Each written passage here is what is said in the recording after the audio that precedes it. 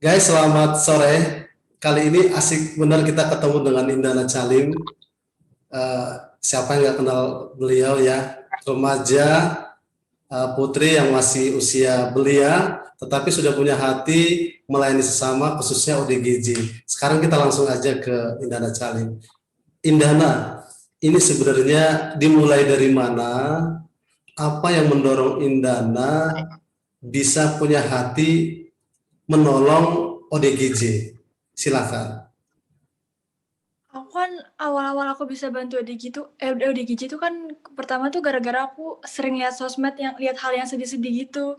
Jadi tuh aku kan orangnya gampang nangis gitu ya. Jadi aku bilang ke mama aku buat aku tuh pengen bantu mereka, pengen bantu ODGJ di jalanan sana. Jadi ya udah, mamaku juga support aku, keluarga semua pada support. Jadinya aku bantu mereka. Nah, awalnya gimana? Ketemu dengan ODGJ itu gimana awalnya? Mudah atau sulit?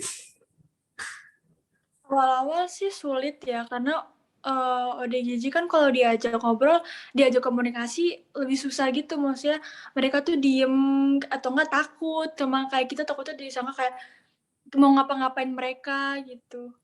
Tapi lama-lama aku mulai ngerti gimana cara berkomunikasi sama para ODGJ.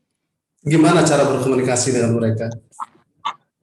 Yang udah pasti sih ngomongnya jangan kasar, kayak kita tuh dilembutin kayak bapak, udah makan belum lagi apa, kayak gitu-gitu. Pokoknya jangan kasar-kasar dulu, pelan-pelan gitu.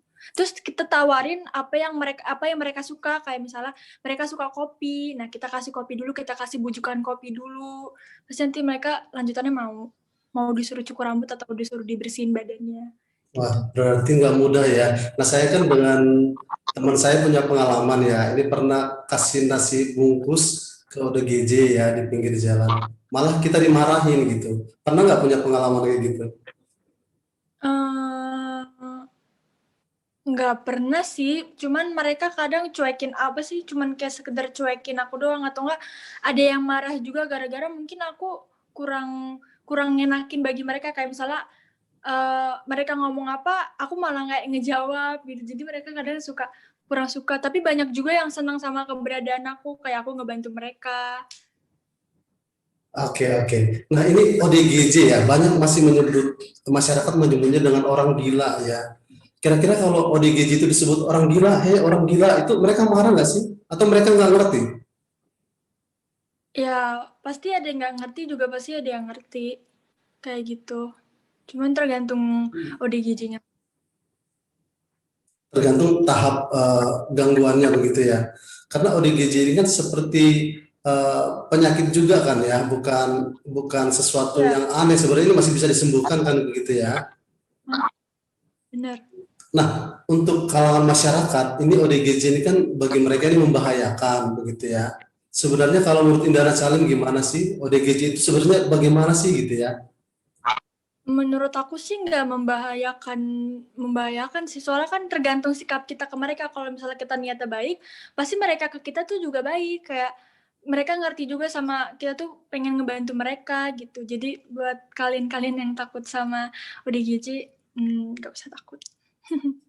Kayaknya yang takut-takut itu bisa join kali ke Indana ya, supaya mereka melihat gitu betapa bahwa ODGJ itu nggak seperti yang mereka pikirin gitu ya. ODGJ tuh banyak yang lucu, banyak yang kayak misalnya mereka tuh nyanyi atau enggak kayak dance-dance kayak gitu-gitu, kayak joget-joget, banyak yang Nah, lucu-lucu. kalau Indana sendiri menikmatinya atau merupakan suatu kebiasaan dari mereka atau Indana punya feel jadi kuat gitu, terhibur dengan kondisi itu. Um, Gimana maksudnya? Melihat mereka melucu begitu, apakah itu udah biasa bagi Indana atau itu malah membuat Indana bersemangat untuk terhibur menolong mereka?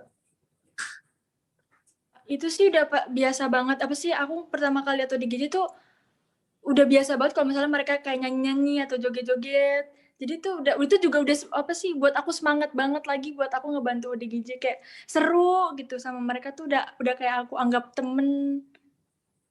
Nah, Indana, tapi mereka itu persen per persen itu berbeda atau hampir sama ciri-cirinya? Beda-beda sih ya pasti. Ada yang pendiam, ada yang kayak gampang marah, ada juga yang ngelucu terus, ada juga yang gombalin, kayak gitu-gitu. Nah, pengalaman digombalin nih, gimana? Mereka cara ngombalnya gimana? Jadi ada salah satu ODGJ namanya Pak Marwan. Pak Awal-awal Marwan. aku ketemu sama Pak Marwan itu tuh Pak Marwan tuh cuek, maksudnya kayak biasa aja gitu sama aku cuek. Apa aku bujuk buat nyukur rambut nggak mau kayak gitu-gitu kan. Terus tuh ternyata aku bujuk pakai kopi, bapaknya mau. Terus tuh kita deket tuh bapaknya juga ramah sama aku senyum terus. Kita cita-cita kita minum kopi bareng. Terus pas pertemuan keduanya Pak Marwannya gombalin aku. Jadi Gimana karena udah cara ngombalinnya gimana? Mereka cara ngombalinnya gimana? ya kayak misalnya aku tanya kan, Bapak aslinya dari mana? Gitu. Pak Marwan jawab kan dari Batam gitulah. Dari Batam ke sini naik apa gitu. Terus naik mobil sama siapa? Terus bapaknya jawab sama kamu kayak gitu. Iya, iya, iya, oke, oke. Nah, saya tadi tertarik tuh ya.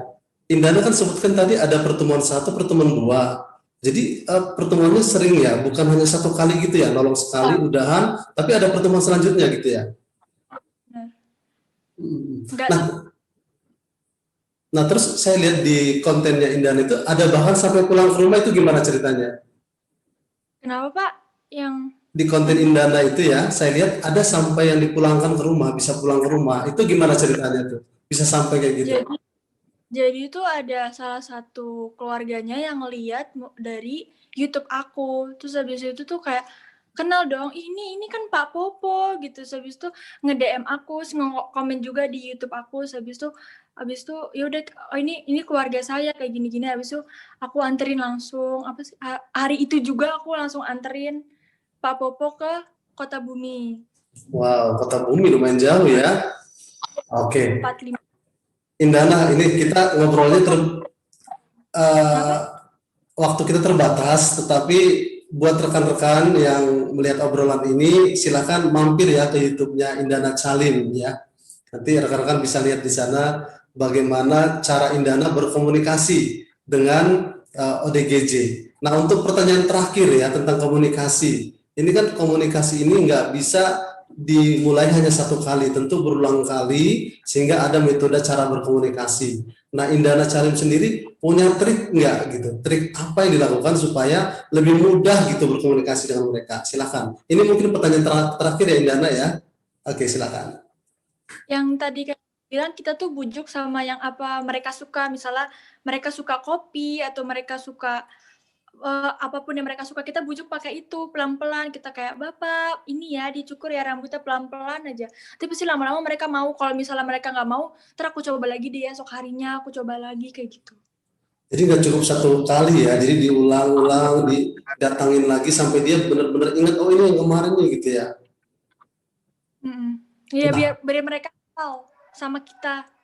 dan Apa? mereka bisa hafal kalau itu Indana gitu ya, kalau ketemu dua kali.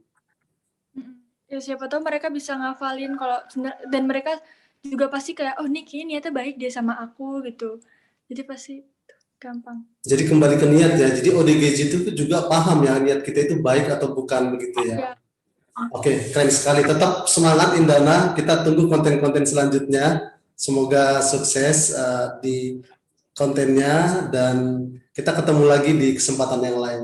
Thank you so much. Terima kasih Indana. Ini juga